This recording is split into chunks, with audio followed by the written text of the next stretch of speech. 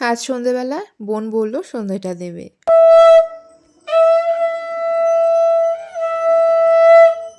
আজ দুপুরে অনেকটা এডিট করার চাপ ছিল, তাই কখন যেন সন্ধে গড়িয়ে গেছে এডিট করতে করতে, আর চোখটাও অনেক ব্যথা করছিল। তখন আর ঘুমাতে ইচ্ছা করেনি, তাই আমি চোখটা বন্ধ করে একটু রেস্ট করছিলাম। তার ফাঁকেই বোন উঠে না সন্ধে দিয়ে দিয়েছে। এই ঘুম ঘুম পাচ্ছিল তখন, তারপরে একটু কফি করে নিলাম। শুধু গরম জল করেছি আর কফিটা দিয়ে দিয়েছি। এতে না দুধ চিনি কিছুই লাগে না। আর ওই বিস্কিটটা দেখছো, এটা কিন্তু মালয়েশিয়ার বিস্কিট, আর কফিটাও কিন্তু মালয়েশিয়ার কফি। সেই জন্যই আর কি এরকম নতুন প্রসেসে আমরা তিনজনেই একটু ভালো মতন করে কফি খেয়ে নিলাম বসে গল্প করতে করতে। কারণ আমরা তো আজকে একটা জায়গায় যাবো, আর ঘুম ঘুম পেলে একদম ভালো লাগে না শরীরটা। তার উপরে আবার এই চোখ মুখ ঢোকা অবস্থা নিয়ে সাজগোজ করতে হবে। তো তাড়াতাড়ি রেডি হয়ে গেছিলাম আর একটা জ্যাকেট ব্যাগে ঢুকিয়ে নিচ্ছিলাম, কারণ ফিরতে ফিরতে রাত হবে আর তখন না খুব ঠান্ডা লাগবে। বোনের একটা বন্ধুর জন্মদিন কিছুদিন আগেই গেছে, তো আমরা ওকে টুকটাক গিফট করেছিলাম। তো তারপরে কাকিমা হঠাৎ করে বলল আমাদেরকে ওদের বাড়ি যেতে, তো সেই জন্য আর কি যাওয়া। আর অহনা ওর জন্য নিয়েছে এই জবা ফুল গাছটা, কারণ ও গাছ ভীষণ ভালোবাসে। তো এই তারপরে আমরা বেরিয়ে পড়েছিলাম আর চলেও এসেছিলাম আমাদের বাড়ি থেকে মাত্র 10 মিনিট। তবে এই জন্মদিন বাড়িতে আসার সময় একটা বাজে খবর শুনেছিলাম। তো তখন থেকেই হচ্ছে যে আমাদের মনটা সবার খুব খারাপ। বোনের একটা ছোট্টবেলার বন্ধু, মানে প্রাইমারি থেকে হাই স্কুল ওরা একসাথে পড়ালেখা করেছে, তবে কলেজে গিয়ে জাস্ট ওদের কলেজটা চেঞ্জ হয়ে যায়। তবে ওদের সবসময় কথা হতো, আমি দেখতাম যেন আমার সাথেও কত ভালো কথা হতো।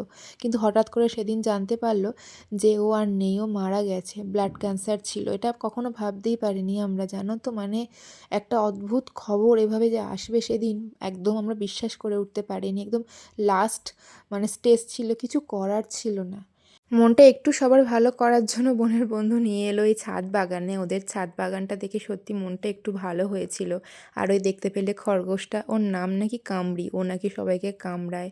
আর আমি তো ভয় পেয়ে গেছিলাম যে ও এরম কাঁপছে, আমাকে কামড়ে না দেয়। তবে কামড়ায়নি, অনেক ভয় ভয় একটু কোলে নিয়েছিলাম। আর এই দেখো ফুলগুলো, ওই ফুলটা দেখলে সাদা মতো, ওটা না জল গোলাপ। আর দেখলে কত রকমের ফুল সব। আর এই যে স্পেশালি ওই পদ্ম ফুল লাগিয়েছে ও, তবে ওটা ফোটেনি। আমার খুব ইচ্ছা ছিল একটু দেখার। আর এই যে দেখো আঙুর গাছ লাগিয়েছে, সবুজ আঙুর আর কালো আঙুর। একটুখানি যদি আঙুর হয় ওই খরগোশ এসে খেয়ে নেয়। আর কি সুন্দর মাচা করে রেখেছে দেখেছো। আর এখানে রয়েছে মা মনসা গাছ। আর এইটা যে কি ফুল মনে পড়ছে না এখন, কি সুন্দর ফুটেছে গাছ ভর্তি হয়ে। আমাদের ছাদে একটা রয়েছে একদম ছোট ছোট লাল হয়। আর এভাবে তুলসী মঞ্চ রয়েছে একটা। এখানে অনেক গাছের নাম জানি না বন্ধুরা, কত রকমের পাতাবাহার দেখেছো। আর এখানে তো সেই টাইম টেবিল ফুল গাছগুলো রয়েছে।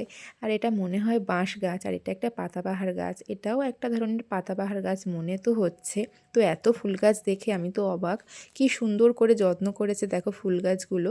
কত রকমের পাতাবাহার গাছ, আমি তো কিছুরই নাম জানি না।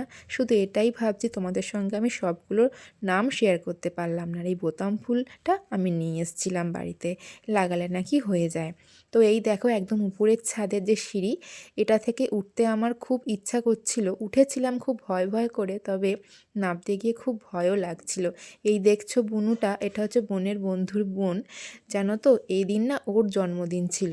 তো এটা না আমাদেরকেও জানায়নি। এটা ভেবে আমার খুব খারাপ লাগছিল যে হাতে করে সেদিন তো কিছু নিয়ে আসেনি, কারণ আমরা তো জানি না যে বনুর জন্মদিন। আমরা প্ল্যান করেছি একদিন ওকে কিছু একটা দেব।